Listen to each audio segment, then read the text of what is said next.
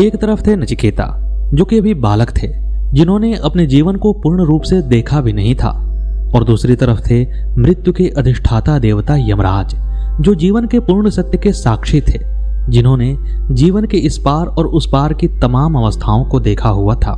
ऐसे में जब नचिकेता और यमराज के बीच में संवाद उपस्थित हुआ तो वह भारतवर्ष की ज्ञान परंपरा में एक महत्वपूर्ण स्तंभ के रूप में दर्ज हो गया।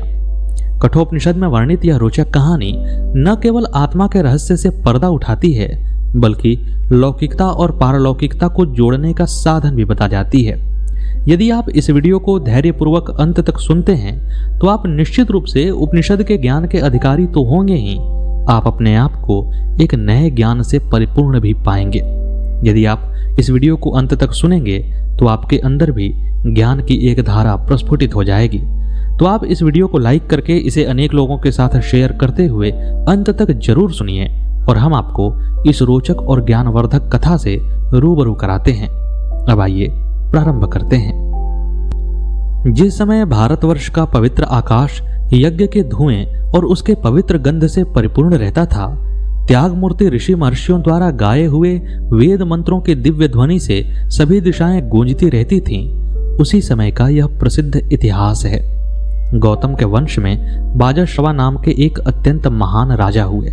वे महर्षि भी थे और उन्हीं के पुत्र हुए अरुण, अरुण के पुत्र हुए उद्दालक, और उद्दालक को वाजश्रवस भी कहा जाता है। एक बार उद्दालक ने विश्वजीत नामक यज्ञ करने का निश्चय किया। इस यज्ञ में अपना सर्वस्व धन दान में देना होता है, और उद्दालक ने अनेक ऋषियों को अपना धन दान में भी दिया। यज्ञ चल ही रहा था, दूर दूर से ऋषि महर्षि इसमें आते और दान पाकर अपने आप को संतुष्ट करते थे। लेकिन जब गौ दान करने का समय आया तो नचिकेता वहां पर उपस्थित थे। कहा जाता है कि गौ उस समय सबसे महत्वपूर्ण धन हुआ करती थी। वाजश्रवस उद्दालक के घर में इस गौधन की प्रचुरता थी, लेकिन जब गौदान करने का समय आया तो नचिकेता ने देखा कि उनके पिता नचिकेता के मोह में आकर हृष्ट पुष्ट गौवें अपने ही घर में रख ले रहे हैं, और जो जीर्ण शीर्ण गौवें हैं वे दान में दे रहे हैं। यह देखकर नचिकेता के मन में आस्तिक बुद्धि प्रवेश कर गई। वे अपने पिता के प्रति श्रद्धा से भरे हुए सोचने लगे कि पिताजी ये कैसे गौवें दान में दे रहे हैं। अब इनमें न तो झुककर जल पीने की शक्ति रही है, न इनके मुख में घास चबाने के लिए दांत रह गए हैं, और न ही इनके स्तनों में तनिक सा दूध ही बचा है। और अधिक क्या कहें, इनकी तो इंद्रियां भी शिथिल हो गई हैं, वे गर्भ धारण भी नहीं कर सकती हैं। भला ऐसे निरर्थक और मृत्यु के समीप पहुंची हुई गौवें जिन ब्राह्मणों के घर जाएंगी उनको दुख के सिवा और क्या देंगी।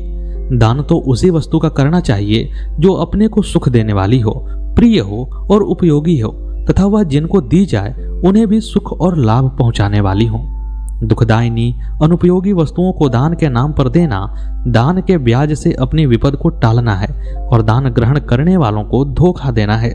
इस प्रकार के दान से दाता को वे नीच योनियां और नरक आदि लोक मिलते हैं जिनमें सुख का कहीं लेश भी नहीं होता है। नचिकेता सोचने लगे कि पिताजी इस दान से क्या सुख पाएंगे। यह तो यज्ञ में वैगुण्य है, जो इन्होंने सर्वस्व दान रूपी यज्ञ करके भी उपयोगी गौओं को मेरे नाम पर रख लिया है, और सर्वस्व में तो मैं भी हूं। मुझको तो इन्होंने दान में दिया ही नहीं, पर मैं इनका पुत्र हूं, अतएव मैं पिताजी को इस अनिष्ट के परिणाम से बचाने के लिए अपने आप को बलिदान कर दूंगा। यही मेरा धर्म है। यह निश्चय करके उन्होंने अपने पिताजी से कहा कि पिताजी, मैं भी तो आपका धन हूं, आप मुझे किसको देते हैं? पिता ने कोई उत्तर नहीं दिया। तब नचिकेता ने फिर कहा, पिताजी आप मुझे किसको देते हैं? पिता ने इस बार भी उपेक्षा की, पर धर्मभीरु और पुत्र का कर्तव्य जानने वाले नचिकेता से रहा नहीं गया। उन्होंने तीसरी बार फिर कहा, पिताजी आप मुझे किसको देते हैं? यह सुनकर ऋषि उद्दालक को क्रोध आ गया और उन्होंने आवेश में आकर कहा, जा, मैं तुझे मृत्यु को देता हूं। यह सुनकर नचिकेता मन ही मन विचार करने लगे। वे सोचने लगे कि शिष्यों और पुत्रों की 3 श्रेणियां होती हैं, उत्तम, मध्यम और अधम। जो गुरु या पिता का मनोरथ समझकर उनकी आज्ञा की प्रतीक्षा किए बिना ही उनकी रुचि के अनुसार कार्य करने लगते हैं वे उत्तम हैं। जो आज्ञा पाने पर कार्य करते हैं वे मध्यम हैं, और जो मनोरथ जान लेने और स्पष्ट आदेश सुन लेने पर भी उसके अनुसार कार्य नहीं करते हैं वे अधम हैं। मैं बहुत से शिष्यों में तो प्रथम श्रेणी का हूँ, प्रथम श्रेणी के आचरण पर चलने वाला हूँ, क्योंकि उनसे पहले ही मनोरथ समझकर कार्य कर देता हूँ। बहुत से शिष्यों में मैं मध्यम श्रेणी का भी हूँ, मध्यम श्रेणी का आचरण भी करता हूँ, परंतु अधम श्रेणी का तो मैं हूं ही नहीं। आज्ञा मिले और सेवा न करूं, उसका पालन न करूं, ऐसा तो मैंने कभी किया ही नहीं। फिर पता नहीं क्यों पिताजी ने मुझसे ऐसा कहा। मृत्यु देवता को भी ऐसे कौन सा प्रयोजन है जिसको पिताजी आज मुझे उनको देकर पूरा करना चाहते हैं। संभव है पिताजी ने क्रोध के आवेश में ही ऐसा कह दिया हो, परंतु जो कुछ भी हो, पिताजी का वचन तो सत्य करना ही है। इधर ऐसा दिख रहा है कि पिताजी अब पश्चाताप कर रहे हैं, अतएव उन्हें सांत्वना देना भी आवश्यक है। यह विचार कर नचिकेता ने एकांत में पिता के पास जाकर उनकी शोक निवृत्ति के लिए इस प्रकार आश्वासन पूर्ण वचन कहने लगे। पिताजी, अपने पितामह आदि पूर्वजों का आचरण देखिए और इस समय के दूसरे श्रेष्ठ पुरुषों का आचरण देखिए। उनके चरित्र में न कभी पहले असत्य था न अब है। असाधु मनुष्य ही असत्य का आचरण किया करते हैं, परंतु उस असत्य में कोई अजर अमर नहीं हो सकता। मनुष्य मरण धर्मा है। यह अनाज की भांति जरा जीर्ण होकर मर जाता है और अनाज की भांति ही कर्मवश पुनः जन्म ले लेता है। इसीलिए इस अनित्य जीवन के लिए मनुष्य को कभी कर्तव्य का त्याग करके मिथ्या आचरण नहीं करना चाहिए। आप शोक का त्याग कीजिए और अपने सत्य का पालन कर मुझे मृत्यु के पास जाने की अनुमति दीजिए, यमराज के पास जाने की अनुमति दीजिए।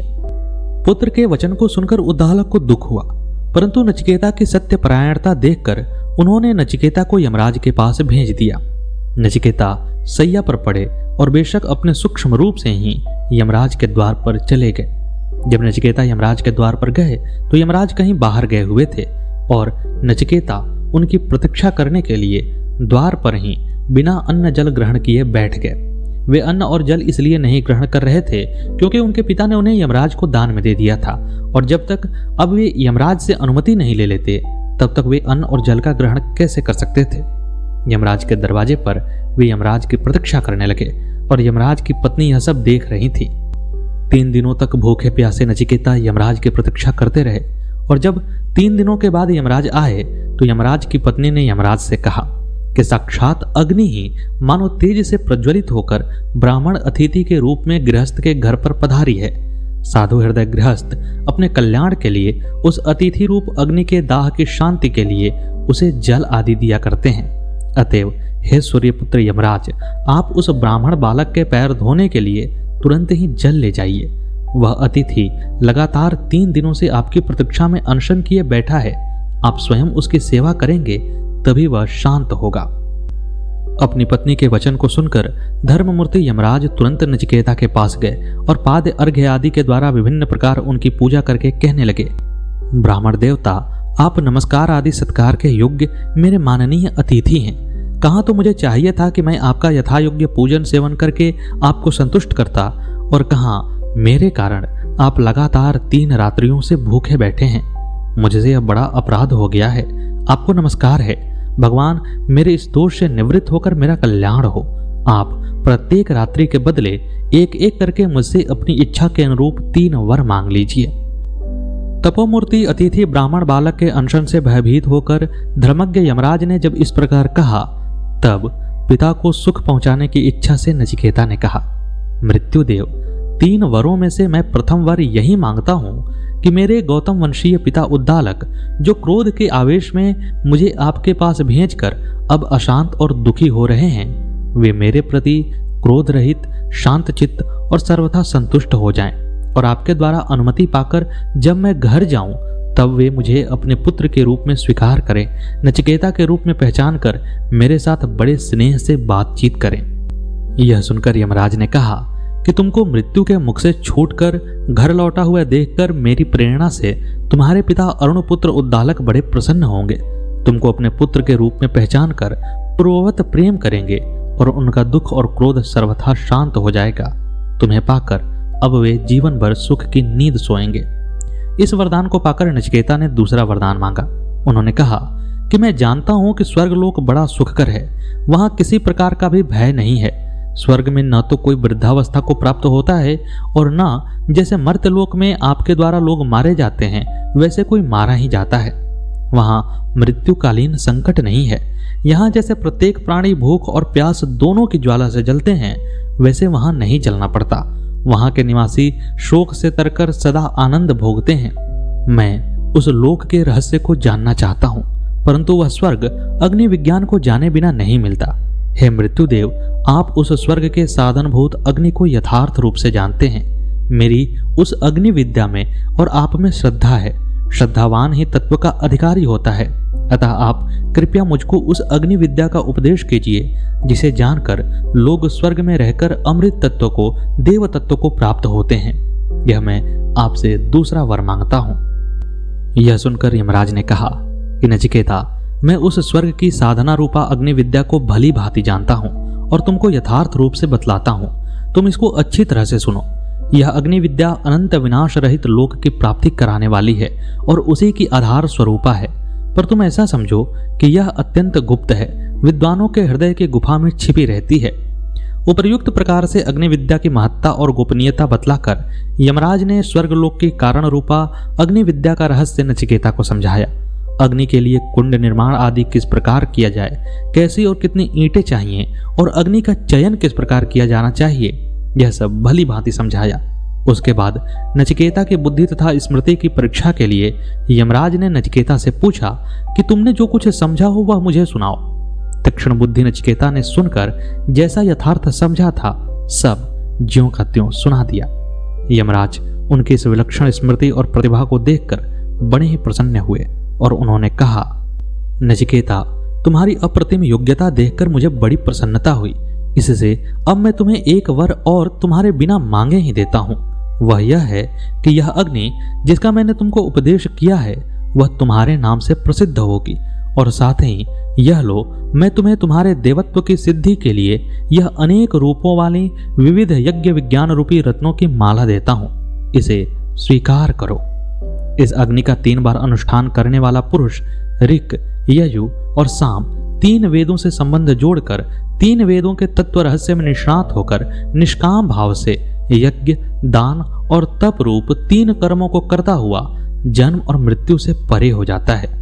वह ब्रह्मा से उत्पन्न सृष्टि को जानने वाले अस्तवनीय इस अग्निदेव को भली भांति जानकर इसका निष्काम भाव से चयन करके उस अनंत शांति को प्राप्त हो जाता है जो मुझको प्राप्त है। यहाँ पर यमराज ने नचिकेता को अग्नि के रूप में यज्ञ का उपदेश दिया था। किस प्रकार यज्ञ करना चाहिए, कौन सा यज्ञ उत्तम है और उस यज्ञ में अग्नि किस प्रकार से प्रकट करनी है, इन सब का उपदेश यमराज ने नचिकेता को दिया और फिर उस यज्ञ की अग्नि को नचिकेताग्नि के नाम से प्रतिष्ठित करा दिया। इसके बाद यमराज कहते हैं कि नचिकेता, तुम्हें मैंने स्वर्ग की साधना रूपा अग्नि विद्या का उपदेश कर दिया है। अब लोग तुम्हारे ही नाम से इस अग्नि को पुकारा करेंगे।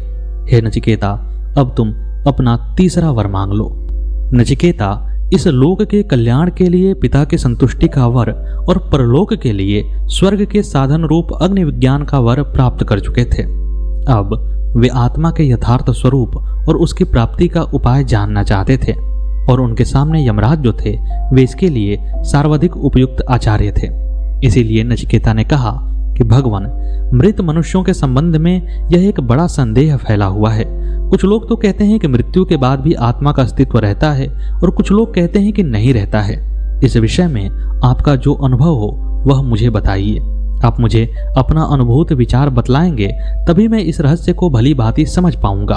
बस 3 वरों में यही मेरा अभिष्ट एवं तीसरा वर है। यहाँ पर मृत्यु के पश्चात आत्मा का अस्तित्व रहता है या नहीं, इस संबंध में नचिकेता को स्वयं कोई संदेह नहीं है। पिता को दक्षिणा के रूप में जरा जीर्ण गौवें देते हुए देखकर नचिकेता ने स्पष्ट कहा था कि ऐसी गौवों का दान करने वाले आनंद रहित नरक आदि लोकों को प्राप्त होते हैं। इसी प्रकार दूसरे वर में नचिकेता ने स्वर्ग सुखों का वर्णन करके स्वर्ग प्राप्ति के साधन रूप अग्नि विद्या के उपदेश की प्रार्थना की थी। इससे सिद्ध है कि वह स्वर्ग और नरक में विश्वास करते थे और स्वर्ग और नरक आदि लोगों की प्राप्ति मरने के पश्चात होती है, जो कि आत्मा के अस्तित्व से ही संभव है।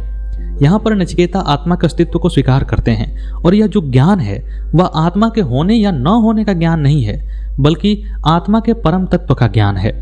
आत्मा सत्य है और यथार्थ है, ऐसा नचिकेता भी मानते थे और यमराज भी ऐसा ही मानते हैं और हिंदू दर्शन इसे ही स्थापित करता है। नचिकेता यहाँ वही आत्मा के ज्ञान को जानना चाहते थे। नचिकेता ने यमराज से जो 3 वर मांगे हैं उनके क्रम में भी एक अद्भुत रहस्य है। उनका पहला वर था पितृ का परितोष। वे पिता के सत्य की रक्षा के लिए और उनकी इच्छा के विरुद्ध यमलोक को चले आए थे। इससे उनके पिता स्वभावतः बहुत खिन्न थे, इसीलिए उन्हें सबसे पहले यही आवश्यक जान पड़ा कि अपने पिता को शांति दिलाएं। यह नियम है कि यदि हमारे कारण किसी व्यक्ति को खेद हो तो जब तक उसके खेद का निर्मूलन नहीं हो जाता हमें भी शांति नहीं मिलती है। इसीलिए पिता की शांति के निमित्त से नचिकेता अपनी शांति को प्राप्त करना चाहते थे। उनके पिताजी को खेद था, इसीलिए सबसे पहले उनकी शांति अभिष्ट होनी चाहिए थी। यह पितृप्रतोष उनकी इष्ट शांति का कारण था, इसीलिए सबसे पहले उन्होंने यही वर मांगा। लौकिक शांति के पश्चात मनुष्य को स्वभाव से ही पारलौकिक सुख की इच्छा होती है। यहाँ तक कि जब यह अधिक प्रबल हो जाती है तब वह ऐहिक सुख की कुछ भी परवाह नहीं करता है, दैहिक सुख या लौकिक सुख की कुछ भी परवाह नहीं करता है। नचिकेता पहले वर से पिता के शांति के रूप में अपनी शांति प्राप्त कर चुके थे, लौकिक शांति प्राप्त कर चुके थे। इसीलिए उन्होंने दूसरे वर से पारलौकिक सुख यानी स्वर्ग लोक की प्राप्ति का साधनाभूत अग्नि विज्ञान मांगा। परंतु इससे यह नहीं समझना चाहिए कि वे स्वर्ग सुख के इच्छुक थे। जिस प्रकार उनके पहले वर में पिता की शांति की कामना थी, उसी प्रकार उनके दूसरे वर में मनुष्य मात्र के हित की चिंता थी और वे यमराज से इस ज्ञान को इसीलिए चाहते थे ताकि मनुष्य मात्र को यह ज्ञान मिल सके। इसके बाद तीसरे वर के रूप में उन्होंने आत्मा के रहस्य को पूछ लिया था। आत्मा का रहस्य स्वर्ग की प्राप्ति के रहस्य से भी बहुत अधिक गूढ़ है। वह सभी को नहीं दिया जा सकता है, उसके लिए उपयुक्त पात्र होना चाहिए और आत्मा के रहस्य को केवल शब्दों से नहीं समझा जा सकता है। इसीलिए जब नचिकेता ने यह महत्वपूर्ण प्रश्न पूछा तो यमराज ने सीधे सीधे इस प्रश्न का उत्तर उन्हें नहीं प्रदान किया। नचिकेता के इस प्रश्न को सुनकर यमराज ने मन ही मन उनकी प्रशंसा की। उन्होंने सोचा कि यह ऋषि कुमार बालक होने पर भी बड़ा प्रतिभाशाली है और कैसे गोपनीय विषय को जानना चाहता है, परंतु आत्मतत्व उपयुक्त अधिकारी को ही बतलाना चाहिए। अनधिकारी के प्रति आत्मतत्व का उपदेश करना हानिकारक होता है, अतएव पहले पात्र की परीक्षा की आवश्यकता है। यूं विचार कर यमराज ने इस तत्व की कठिनता का वर्णन करके नचिकेता को टालना चाहा और कहा कि नचिकेता, यह आत्मतत्व अत्यंत सूक्ष्म विषय है, इसको समझना सहज नहीं है। पहले देवताओं को भी इसके विषय में संदेह हुआ था, उनमें भी बहुत विचार विनिमय हुआ था, परंतु वे भी इसको जान नहीं पाए। अतएव तुम दूसरा वर मांग लो। मैं तुम्हें 3 वर देने का वचन दे चुका हूं, अतएव तुम्हारा ऋणी हूं, पर तुम इस वर के लिए जैसे महाजन ऋणी को दबाता है वैसे मुझको मत दबाओ। इस आत्म तत्व विषयक वर को मुझे लौटा दो, इसके लिए मुझे छोड़ दो। नचिकेता आत्म तत्व की कठिनता का नाम सुनकर भी तनिक नहीं घबराए, न ही उनका उत्साह ही मंद हुआ। वे अपने वर पर दृढ़ रहे और बोले कि हे यमराज, पूर्व काल में देवताओं ने भी जब इस विषय पर विचार विनिमय किया था तथा वे भी इसे जान नहीं पाए थे, और आप भी कहते हैं कि यह विषय सहज नहीं है, बड़ा ही सूक्ष्म है, तब यह तो सिद्ध ही है कि यह बड़े महत्व का विषय है, और ऐसे महत्वपूर्ण विषय को समझाने वाला आपके समान अनुभवी वक्ता मुझे ढूंढने पर भी कोई नहीं मिलेगा। आप कहते हैं कि इसे छोड़कर दूसरा वर मांग लो, परंतु मैं तो समझता हूं कि इसकी तुलना का कोई दूसरा वर है ही नहीं। अतएव कृपा पूर्वक मुझे इसी का उपदेश कीजिए। विषय की कठिनता से नचिकेता नहीं घबराए, वह अपने निश्चय पर ज्यों का त्यों बने रहे। इस एक परीक्षा में वह उत्तीर्ण हो गए। तब यमराज ने दूसरी परीक्षा के रूप में उनके सामने विभिन्न प्रकार के प्रलोभन रखने की बात सोचकर उनसे इस प्रकार कहा, नचिकेता, तुम बड़े भोले हो, क्या करोगे इस वर को लेकर? तुम ग्रहण करो इस सुख की विशाल सामग्रियों को। तुम 100 वर्ष जीने वाले पुत्र पौत्र आदि बड़े परिवार को मांग लो। गौ आदि बहुत से उपयोगी पशु, हाथी, सुवर्ण, घोड़े और विशाल भूमंडल के महान साम्राज्य को मांग लो, और इन सबको भोगने के लिए जितने वर्षों तक जीने की इच्छा हो उतने वर्षों तक जीवन मांग लो। साथ ही यमराज ने कहा कि यदि तुम प्रचुर धन संपत्ति, दीर्घ जीवन के लिए उपयोगी सुख सामग्रियां अथवा और भी जितने भोग मनुष्य भोग सकता है, उन सबको मिलाकर उस आत्म तत्व विषयक वर के समान समझते हो तो इन सबको मांग लो। तुम इस विशाल भूमि के सम्राट बन जाओ, मैं तुम्हें समस्त भोगों को इच्छानुसार भोगने वाला बनाए देता हूं। इस प्रकार यमराज ने अपने वाक् चातुर्य से आत्म तत्व का महत्व बढ़ाते हुए नचिकेता को विशाल भोगों का प्रलोभन दिया, लेकिन इतने पर भी नचिकेता अपने निश्चय पर अटल रहे। तब यमराज ने उन्हें स्वर्गीय भोगों का प्रलोभन देते हुए कहा, नचिकेता, जो जो भोग मृत्यु लोक में दुर्लभ हैं, उन सबको तुम अपनी इच्छा अनुसार मांग लो। ये रथों और विविध प्रकार के वाद्यों सहित जो स्वर्ग की सुंदर रमणियां हैं, ऐसी रमणियां मनुष्य लोक में कहीं नहीं मिल सकती हैं। बड़े बड़े ऋषि मुनि इनके लिए ललचाते रहते हैं। मैं इन सबको तुम्हें सहज ही दे रहा हूं, तुम इन्हें ले जाओ और इनसे अपनी सेवा करवाओ। परंतु नचिकेता, आत्मतत्व विषयक प्रश्न मत पूछो। यमराज शिष्य पर स्वाभाविक ही दया करने वाले महान और अनुभवी आचार्य हैं। उन्होंने अधिकारी की परीक्षा के साथ ही इस प्रकार भय और एक के बाद एक उत्तम भोगों का प्रलोभन दिखाकर जैसे खंभों को हिला हिलाकर दृढ़ किया जाता है, वैसे ही नचिकेता के वैराग्य संपन्न निश्चय को और भी दृढ़ किया। पहले कठिनता का भय दिखाया, फिर इस लोक के एक से बढ़कर एक भोगों के चित्र उसके सामने रखे और अंत में स्वर्ग लोक में भी उसके वैराग्य करा देने के लिए स्वर्ग के दैवीय भोगों का चित्र उपस्थित किया और कहा कि यदि तुम इनमें से किसी को भी मांगते हो तो मैं दे सकता हूं, बस आत्म तत्व संबंधी वर को मत मांगो। परंतु नचिकेता तो दृढ़ निश्चयी और सच्चा अधिकारी थे।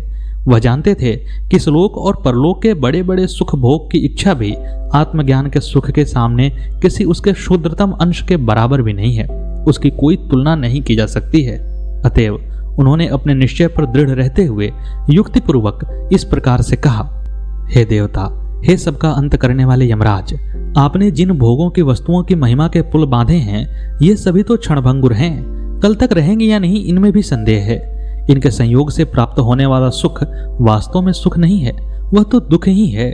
ये भोग्य वस्तुएं कोई लाभ तो देती ही नहीं, वरन मनुष्य की इंद्रियों के तेज और धर्म को हरण कर लेती हैं। आपने जो दीर्घ जीवन देना चाहा है, वह भी अनंत काल की तुलना में अत्यंत अल्प ही है। जब ब्रह्मा आदि देवताओं का जीवन भी अल्प काल का है, एक दिन उन्हें भी मरना पड़ता है, तब औरों की तो बात ही क्या है। अतएव मैं यह सब नहीं चाहता। मैं आपके रथ, हाथी, घोड़े, ये रमणियां और इनके नाच गान, इन सबको नहीं चाहता, यह आप अपने ही पास रखें। आप जानते हैं कि धन से मनुष्य कभी तृप्त नहीं हो सकता है। आग में घी डालने से जैसे आग और जोरों से भड़कती है, उसी प्रकार धन और भोगों की प्राप्ति से भोग कामना का और भी विस्तार होता है। वहां तृप्ति कैसी, वहां तो दिन रात अपूर्णता और अभाव की अग्नि में ही जलना पड़ता है। ऐसे दुखमय धन और भोगों की कोई भी बुद्धिमान पुरुष मांग नहीं करता है। मुझे अपने जीवन निर्वाह के लिए जितने धन की आवश्यकता होगी, उतना तो आपके दर्शन से ही प्राप्त हो जाएगा। रही दीर्घ जीवन की बात, सो जब तक मृत्यु के पद पर आपका शासन है, तब तक मुझे मरने का भी भय क्यों होने लगा। अतएव किसी भी दृष्टि से दूसरा वर मांगना उचित नहीं मालूम होता है। इसीलिए मेरा प्रार्थनीय तो यह आत्म तत्व विषयक वर ही है, मैं उसे लौटा नहीं सकता हूं। इस प्रकार भोगों की तुच्छता का वर्णन करके जब नचिकेता ने अपने वर का महत्व बताया, तब यमराज बड़े प्रसन्न हुए और उन्होंने नचिकेता को आत्मा के रहस्य का वर्णन पूरी तरह से कर दिया। यमराज ने नचिकेता को आत्मा की 4 विकसित अवस्थाओं के बारे में बताया। ये 4 अवस्थाएं हैं हंस, वसु, होता और अतिथि। उन्होंने कहा कि मनुष्य जब एकदम सामान्य स्थिति में रहता है, अपने परिवारजनों में लिपटा रहता है, तो वह नर रूप में नहीं पशु रूप में रहता है। लेकिन जैसे ही उसकी अवस्था हंस की होती है, यानी कि जैसे हंस जल में रहकर भी भीगता नहीं है, वैसे ही यदि कोई मनुष्य संसार में रहते हुए भी सांसारिक आसक्तियों से ऊपर हो जाता है, तो वह हंस रूपी अवस्था में आ जाता है। उसके ऊपर होता है वसु की अवस्था, यानी कि जब मनुष्य स्वयं भी बसता है और दूसरे को भी बसाता है, यानी कि वह अपनी चिंता छोड़कर दूसरे की चिंता करने लगता है, तब वह वसु की अवस्था में आता है। तीसरा होता है होता। होता की अवस्था वह अवस्था होती है जहां पर कि मनुष्य अपने जीवन से दूसरे के जीवन को सुखमय करने लगता है। रित की अवस्था भी इसे कहते हैं, जब वह परमात्मा के ध्यान में लीन हो जाता है, यानी कि वह आत्मा की मुक्ति के बारे में चिंता करने लगता है। और चौथी अवस्था होती है अतिथि की अवस्था, जब वह पूर्ण रूप से समझ लेता है कि उसका यह देह एक अतिथि मात्र है, इस देह में उसे कुछ ही समय रहना है, फिर उसे छोड़ ही देना है। ऐसे में वह देह की चिंता न करते हुए पूरे समाज और परमात्मा की चिंता करने लगता है। तब वह मनुष्य योनि की सबसे उच्चतम अवस्था अतिथि की अवस्था को प्राप्त कर लेता है। तदुपरांत यमराज ने नचिकेता को अनेक प्रकार के ज्ञान दिए और फिर नचिकेता इस ज्ञान को पाकर जब अपने घर लौटे, तो यमराज के पहले वरदान के मुताबिक उनके पिता उद्दालक ने उनका सत्कार किया और प्रेम पूर्वक उन्हें स्वीकार कर लिया। फिर नचिकेता अनेक वर्षों तक पृथ्वी पर रहे और अंततः स्वर्गलोक और ब्रह्मलोक को प्राप्त किए। तो मित्रों, यह थी कठोपनिषद की कहानी यमराज और नचिकेता के संवाद पर आधारित, जो कि पूरी तरह से उपनिषद पर ही आधारित है और इसमें कोई भी बाहरी चीज नहीं जोड़ी गई है। उम्मीद है आपको यह कहानी पसंद आई होगी, और यदि कहानी पसंद आई है तो हमारे चैनल को सब्सक्राइब करके इस वीडियो को अन्य लोगों के साथ शेयर जरूर कीजिएगा। मिलते हैं अगले वीडियो में अगली प्रस्तुति के साथ। तब तक के लिए नमस्कार।